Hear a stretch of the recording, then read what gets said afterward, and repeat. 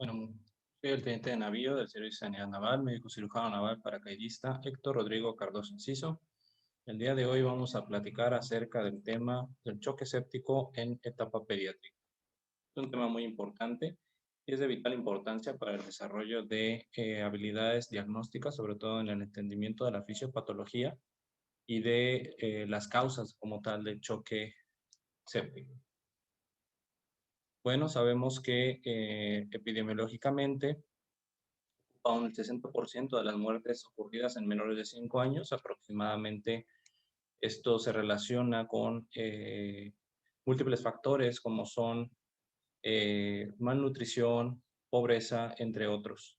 Sigue siendo una de las primeras causas de mortalidad infantil, de acuerdo a la Organización Mundial de la Salud. Se dice que aproximadamente el 19% de los países desarrollados presentan este problema, así como también en los países con vías de desarrollo, que esto gira en torno alrededor del 32%. Muy importante también conocer cuáles son los factores de riesgo, quiénes son más susceptibles a presentar este problema. Uno de estos factores de riesgo importantes pueden ser en población pediátrica principalmente pacientes menores de un mes de vida, pacientes con una lesión física grave, algún accidente automovilístico, trauma principalmente, pacientes que han presentado cirugía extensa o algún tipo de cirugía importante que desencadena esta respuesta inflamatoria también, alguna enfermedad grave discapacitante, sobre todo de tipo neuromuscular, algún problema de características neuromusculares que generan discapacidad. Asimismo, también los estados como de inmunosupresión relacionados a virus de inmunodeficiencia humana, o también los que se presentan cuando existen padecimientos oncológicos concomitantes. Es importante también reconocer que los elementos externos como tal, sondas, drenajes o algún otro tipo de dispositivo fuera de lo que es el contexto de la parte habitual de nuestro organismo, es lo que también puede favorecer la presencia de este tipo de problemas graves en salud. Aproximadamente un tercio de las muertes van a ocurrir en las primeras 72 horas y de ahí se deriva lo que son los conceptos como tal de la hora dorada, la cual se determina cuando el paciente presenta como tal signos o datos clínicos de sepsis y que debemos de realizar todas las intervenciones lo más rápido posibles para prevenir la mortalidad a corto plazo. En este sentido, debemos de estadificar bien cuáles son las definiciones operacionales que debemos de ocupar para el diagnóstico y la estadificación de nuestros pacientes. Entre ellas se encuentran la sepsis, se determina como alteraciones de tipo respuesta inflamatoria sistémicas, como pueden ser temperatura mayor de 38.5 grados centígrados o menor de 36, taquicardia, bradicardia, taquipnea, leucocitosis, leucopenia o presencia de formas de neutrófilos inmaduros, también denominadas bandas. Esto es importante porque muchos de los pacientes, sobre todo en la etapa pediátrica, tienen ciertos datos clínicos finos, ¿no? O sea, muchos pacientes, por ejemplo, en la etapa de lactante, no como tal presentan una fiebre importante, a lo mejor presentan una temperatura más baja, presentan taquicardia, presentan un rechazo a la vía enteral, se ven mal condiciones generales inadecuadas, etcétera, ¿no? En el caso del aspecto de sepsis severa, son todos los criterios anteriores que hemos visto, todos estos que están acá, pero también se agrega lo que es la falla orgánica, ¿no? En este caso podemos tener falla respiratoria o alteraciones respiratorias que incluso ameritan manejo invasivo como tal el aspecto ventilatorio y también cardiovascular. Es importante también reconocer que el contexto como tal de un choque séptico corresponde a una falla circulatoria que se va a acompañar en la mayoría de los casos con hipotensión. Esto ya no está hablando de un choque descompensado y que también se acompaña de los criterios anteriormente descritos. En el caso de la microbiología, tenemos diferentes agentes etiológicos que pueden generar este tipo de problemas, entre los cuales observamos las bacterias. La principal, de acuerdo a la literatura revisada, es Staphylococcus aureus, algunos como Streptococcus coagulasa negativos. También los Streptococcus pneumoniae son muy característicos, sobre todo a nivel de problemas respiratorios iniciales. Streptococcus beta hemolítico, esto se presenta principalmente en pacientes recién nacidos. La Escherichia coli e incluso también bacterias gram negativas, sobre todo en el contexto de productoras de beta-lactamasa espectro extendido, que también generan problemas muy importantes a la hora de realizar la terapéutica indicada. También el contexto de enterococos también se puede presentar mucho en la etapa neonatal. Y las Klebsiella, sobre todo este contexto de bacterias gram negativas, son las que generan este tipo de problemas con mayor importancia.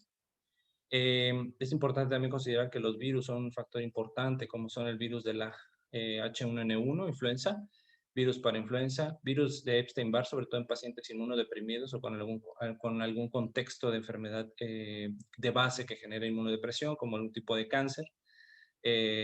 Adenovirus también se presenta en este grupo de pacientes, enterovirus, en el contexto de recién nacidos, y actualmente se ha estado observando que el virus SARS-CoV-2 nos genera como tal trastornos que nos pueden llevar a choque séptico o lo que podemos considerar como un choque séptico, ¿no? Algo que se llama síndrome inflamatorio multisistémico pediátrico, que se caracteriza por datos como tal de bajo gasto, nos puede dar diferentes datos de alteraciones en inflamación en las manos, en la mucosa oral, en los ojos, inyección conjuntival aséptica, alteraciones respiratorias, alteraciones también a nivel cardíaco, sobre todo algunos pacientes presentan dilatación de las arterias coronarias, datos muy característicos y similares a lo que es la enfermedad de Kawasaki, pero en este caso se presenta en un contexto de infección por COVID-19 o antecedentes familiares del mismo, y a su vez también se presenta como en un contexto epidemiológico ya de diagnóstico específico. Los hongos también juegan un papel importante, sobre todo en pacientes con factores de riesgo, ya sea con aquellos pacientes que presentan una neutropenia prolongada, que son pacientes con algún tipo de cáncer, algún tipo de manejo crónico de ciertos cuerpos extraños que también se observan en estos pacientes y que, bueno, generan esta predisposición a la colonización por hongos. Dentro de la fisiopatología es importante reconocer que existen diferentes receptores moleculares a nivel de las células. Estas nos pueden generar la activación como tal de las células del sistema inmune, ¿no? Principalmente los neutrófilos.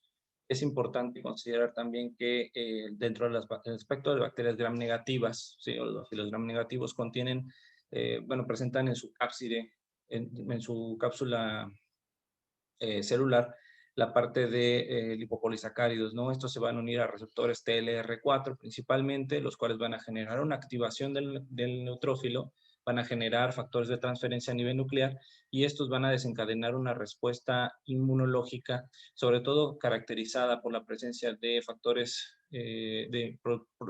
sustancias o productos inmunomoduladores como citocinas, que van a generar la liberación importante de factor de necrosis tumoral, interleucina 1 o 10 principalmente. Estos nos van a llevar a su vez a activación como tal de otro grupo celular llamado macrófagos. A su vez nos van a generar liberación de prostaglandinas, leucotrienos, proteasas y otro tipo de oxidantes. A su vez, esto va a participar, va a interactuar de tal manera que a nivel endotelial nos va a generar una vasodilatación por liberación del óxido nítrico, y esto nos va a generar esta dilatación, esta vasodilatación importante que nos va a llevar a una hipoperfusión general, tisular generalizada o también denominado choque. En este sentido, tenemos otra forma de visualizar la parte del proceso inflamatorio secundario a una infección sistémica. Es importante considerar que existen factores importantes en la parte de la producción de estos síndromes. Principalmente observamos estos tipos de datos clínicos de acuerdo a la respuesta fisiopatológica de un huésped. Es muy importante esto para poder definir el inicio de las alteraciones clínicas y fisiopatológicas derivadas del choque. En ese sentido, las condiciones propiamente del huésped son importantes a determinar, sobre todo porque tienen cierta predisposición genética o comorbilidades que pueden favorecer la presencia de estos síndromes como tal, y también la carga viral, en este caso del huésped, juega un papel muy importante. La carga viral como tal del agente patógeno juega un papel muy importante. El reconocimiento principalmente de estos patógenos se lleva a cabo mediante 4 clases principales. Estos son receptores tipo TOL, los receptores de lecitina tipo T, también lo que son los genes inducidos por ácido retinoico y los receptores de oligomerización unida a nucleótidos también conocidos como inflamosomas. Estos, como ustedes podrán dar cuenta aquí en la imagen, son receptores responsables de identificar las estructuras de los diferentes patógenos y estos también se le denominan patrones como tal de moleculares asociados al patógeno o también denominados PAMs. A su vez, resultan de una upregulation en la parte del proceso de transcripción e iniciación de la respuesta inmunitaria innata como tal, y estos también nos van a favorecer a la presencia de moléculas endógenas que se van a relacionar con la lesión celular. En este caso, con respecto a la lesión celular, se van a llamar para estos fines el Damage Endogenous Molecular Pattern o también denominado PAMS o alarminas, también se le conoce de esa forma. Esas también son liberadas cuando existe una lesión estéril, sobre todo en el caso de traumas. En este sentido, y con la liberación de este patrón como tal fisiopatológico, se refiere a la infección, sino también esta respuesta importante a la agresión tisular que se puede llevar inclusive en el trauma.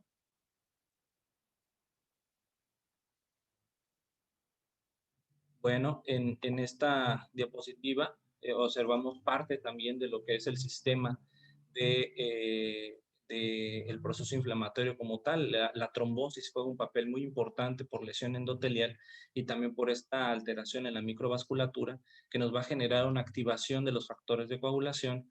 Va a haber un mecanismo de anticoagulación como tal alterados. Esto nos va a generar también consecuentemente una reducción de la proteína C, antitrombina, inhibidores como tal de daño celular, daño tisular, perdón, y fibrinólisis alterada.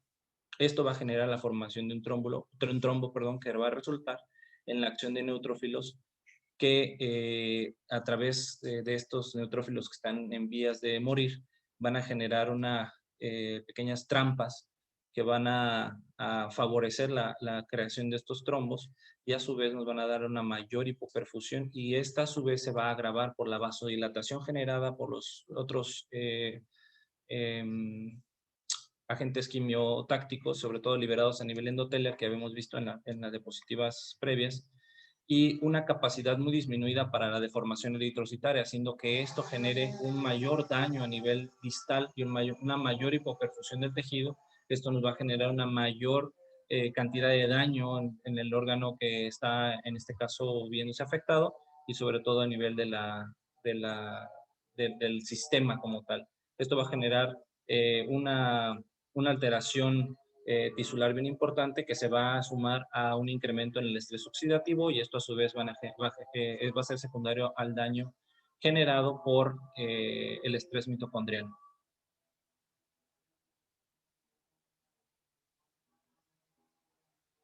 Dentro del aspecto fisiopatológico es bien importante considerar que tenemos tiempo, es un tiempo importante para poder observar una respuesta hiperinflamatoria y una respuesta inmunosupresora. En las fases iniciales podemos observar la presencia de la respuesta innata que se va a elevar de una manera muy importante observando un estado de hiperinflamación que eso va a ser responsable en la mayoría de los casos de presentar el cuadro más grave de lo que es como tal el choque séptico, ¿no? Que se caracteriza por disfunciones multiorgánicas, alteración de la perfusión distal, también alteración en lo que es el metabolismo normal aeróbico, y esto va a generarnos una homeostasis que va más o menos, los pacientes tardan en generar esta homeostasis alrededor de un 60% de ellos. Esto va a pasar a lo largo de días inclusive. La respuesta adaptativa se va a llevar de manera simultánea, sin embargo, esta respuesta va a tener una característica que va a generar incluso cierto contexto, cierta parte en lo que es un proceso de inmunosupresión, y esto va a llevarnos a generar una respuesta no adecuada a la parte de formación y al ataque de microorganismos secundarios hasta en un 30%, como son organismos que inclusive se encuentran dentro de un aspecto, dentro de un ambiente hospitalario. Esto es bien importante considerar porque muchas de las veces atacamos una sola vía, pero los pacientes pueden tener esta tendencia por este patrón inflamatorio, pueden tener la tendencia de generar otra infección o adquirirla en el hospital. La respuesta inflamatoria inicial normalmente es responsable en este caso de la muerte, alrededor de un 10%. Para la detección de este padecimiento, de este problema grave, sobre todo en la etapa pediátrica, debemos de actuar rápido y tener bien en claro qué es lo que vamos a realizar ante un caso probable de choque. En este sentido, la biometría hemática nos arroja esta leucocitosis y leucopenia que veamos como criterio inicial de sepsis. Vamos a tener también la búsqueda intencionada de gasometrías, en donde nos va a observar, nos van a dar también el lactato, ¿no? El lactato, como ustedes saben, es un factor que se va a producir secundario a la activación de otras vías respiratorias a nivel celular y que va a generarse como subproducto de esta vía respiratoria. A su vez, también tenemos que solicitar otros laboratorios para poder entender o encaminar cuál va a ser el tratamiento específico que debe de recibir, ya sea por un agente viral o por un agente bacteriano, y en este caso, cuál agente bacteriano va a ser el que va a predominar en este sentido. Es importante también considerar estudios de gabinete en donde podemos solicitar una ecocardiografía, sobre todo porque existe un dato bien importante, alrededor del 30 al 75% de los cultivos van a ser negativos, y esto puede obedecer a que al momento de la toma sea una toma inadecuada, que el paciente haya estado tomando antibióticos previamente o que u otros factores como tal relacionados al origen como tal del foco infeccioso, ¿no? En este caso es importante el ecocardiograma porque así, sobre todo en pacientes adolescentes donde hay antecedentes de haber sido víctimas de la drogadicción en este caso, pues bueno, las agujas contaminadas pueden llegar a generar vegetaciones a nivel cardíaco y estas generar microtrombos y un proceso inflamatorio que va, sobre todo, tener un origen cardíaco, ¿no? La radiografía de tórax o la tomografía de tórax también nos aporta mucha información para tratar de estadificar, en este caso, saber dónde se encuentra el problema, puede ser pulmonar o abdominal, ¿no? Es importante también hacer cultivos diversos, porque estos cultivos nos van a orientar a dar un diagnóstico preciso microbiológico y a su vez darles un tratamiento específico. Los virus también pueden utilizarse otros métodos para hacer la detección, ya sea las PCRs que son específicas para algunos virus o el cultivo celular en este caso. Las tinciones por hongos también nos pueden dar mucha información para poder establecer qué tipo de hongo es el que está afectando, pero no hay que olvidar en ningún momento el contexto clínico que se está llevando a cabo, y esto es bien importante porque nos orienta a saber de qué manera vamos a realizar el tratamiento, y sobre todo el paciente nos da mucha información de cómo está evolucionando. En este sentido, hay involucro orgánico importante, ¿no? Observamos lesión renal por esta presencia de microtrombo y esta alteración importante en la hipoperfusión que habíamos observado anteriormente, donde existe una vasodilatación, una disminución de la perfusión renal, y a su vez ocurre la alteración secundaria de los medicamentos que se van a utilizar para poder mantener esta presión sanguínea normal y esta perfusión celular distal normal, como son la adrenalina o noradrenalina. Esto tiene mucho que ver para formar como tal una lesión renal aguda. Son varios elementos fisiopatológicos que pueden debutar y generar este problema. A nivel pulmonar vamos a tener también un edema intersticial secundario, esta vasodilatación que ocurre a nivel pulmonar, a nivel vascular como tal, y va a generarnos secundariamente una hipoxemia por el incremento de este espacio, de esta membrana alveolo-capilar, esta disrupción en la membrana alveolo-capilar. Puede haber inclusive cortocircuitos pulmonares. A nivel cardíaco, el estado como tal de choque y el estado como tal de acidez nos pueden generar un inotropismo negativo, y con ello una disminución en la contractilidad de la difusión o disfunción biventricular, que va a debutar y que va a generar mayores complicaciones a nivel sistémico, ¿no? A nivel gastrointestinal, sobre todo en neonatos, se ha observado la presencia que es un factor de riesgo bien importante para el desarrollo de enterocolitis necrosante. ¿Qué es la enterocolitis necrosante? Bueno, existe una disregulación a nivel del endotelio intestinal, sobre todo por un desbalance con las bacterias comensales que se encuentran a nivel del intestino, y la acción como tal del proceso inflamatorio, además de la hipoperfusión que se genera. El intestino va a ser susceptible a la generación de este proceso inflamatorio. A su vez, vamos a observar que existe una barrera inmadura a nivel intestinal, va a haber una disminución importante de la IgA, va a haber una disminución importante en la unión celular y un incremento en la permeabilidad. Con ello, vamos a generar edema importante a nivel celular, un espacio importante a nivel de la zónula, y esto va a favorecernos incluso a la perforación intestinal. Por eso es bien importante sospechar estos datos. 3 cosas son importantes para la formación de la enterocolitis necrotizante, en este caso el estado de choque, la hipoxemia como tal.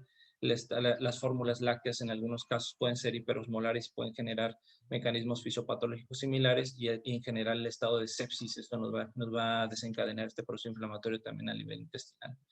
Importante considerar también que en el aspecto neurológico se va a desencadenar una encefalopatía secundaria incluso a este proceso también inflamatorio y a la disrupción también de la membrana hematoencefálica. El manejo va a ser dinámico, es un manejo intensivo, estamos hablando de un estado crítico y un estado de choque, en el cual va a haber manejo ventilatorio, va a haber un soporte hemodinámico, manteniendo sustancias o elementos, medicamentos que van a mantener una presión perfusoria adecuada, presión arterial perfusoria, va a ser el manejo específico a través de antivirales, dependiendo del caso, ¿no? Bacterias, antibióticos múltiples o combinados que generen sinergia para poder limitar el daño. El aporte nutricional metabólico es muy importante para poder continuar con el crecimiento del paciente y sobre todo para evitar que haya mayores complicaciones a nivel metabólico. Bueno, pues por mi parte ha sido todo. Espero que haya servido esta clase. Es mucho el tema por revisar. Espero que sigan estudiando y estoy muy agradecido por la invitación que se me dio.